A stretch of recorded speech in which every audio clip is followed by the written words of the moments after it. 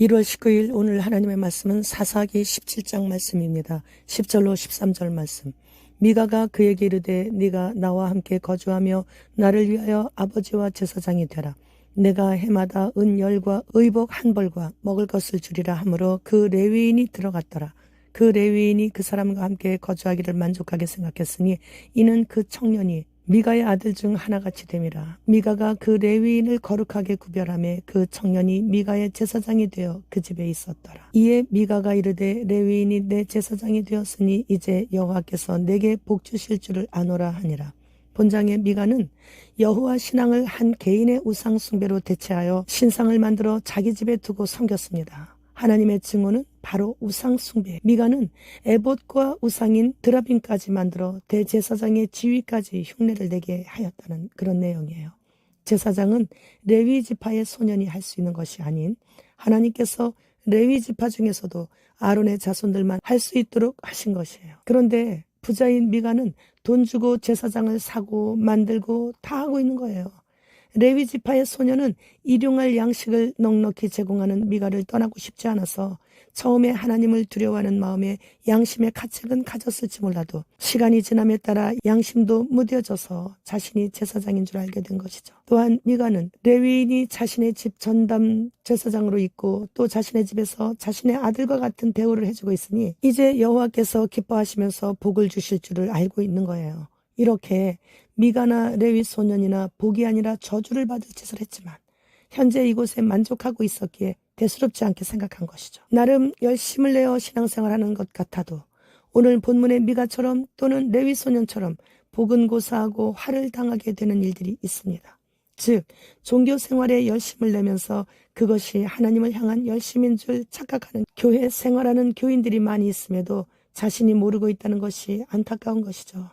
미가처럼 나의 열심, 나의 의를 행하는 거예요. 그리고 하나님께서 내가 이만큼 했으니까 복을 주실 것이라는 그런 착각을 한다는 거죠. 휴거 후에 남겨지는 대부분의 교인들이 지금 그러고 있어요.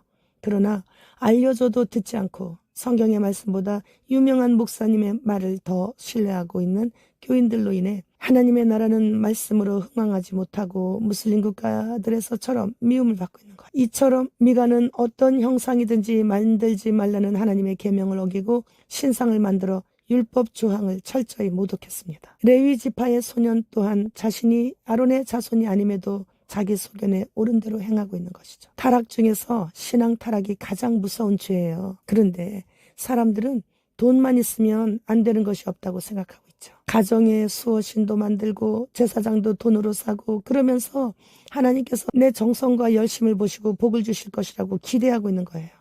지금 종교인들과 일맥상통한 것이죠. 가장 적은 소자에게는 눈길 한 번 주지도 않았고 허름한 사람이 교회 들어오면 뒤에 앉든지 알아서 앉으라고 하고 예배 후에 식사 자리도 좋은 사람 찾아 같이 담소하며 즐거운 식사를 했고 이렇게 도움이 필요한 자를 나와 상관없는 자처럼 대하였으면서 찬양대에 서서 하나님을 찬양하였다고 주방에서 몇십 년 봉사했다고 강대상은 도맡아 놓고 내가 혼자 닦았다고 목사님 섬김에는 나 따라올 사람이 없이 지극정성 섬겼었다고 외식하는 자들아 내게서 떠나가라 이런 책망만 받을 뿐이에요. 지금도 이렇게 미가와 같은 교인들로 예배당마다 가득가득하고 레위 지파의 소년처럼 자신의 자리도 못 찾아 헤매는 종교 지도자들이 넘치고 있는 것이 현실이에요. 이코노미스트 잡지 표지에 2024년도에는 누가 파도를 지배하는가가 적혀 있습니다. 그리고 이코노미스트 2024년 표지에 트럼프가 전 세계를 지나가는 그런 모습이 묘사되어 있어요. 스코틀랜드에서 사용하고 있는 켈터로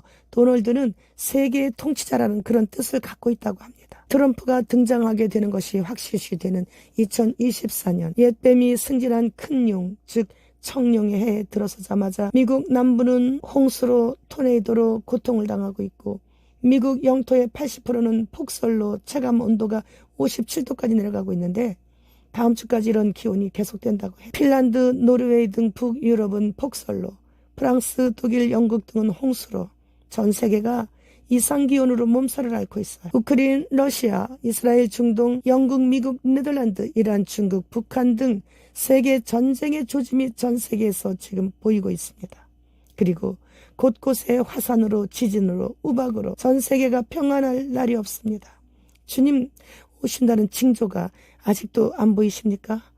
주님 그도십니다. 마라나타.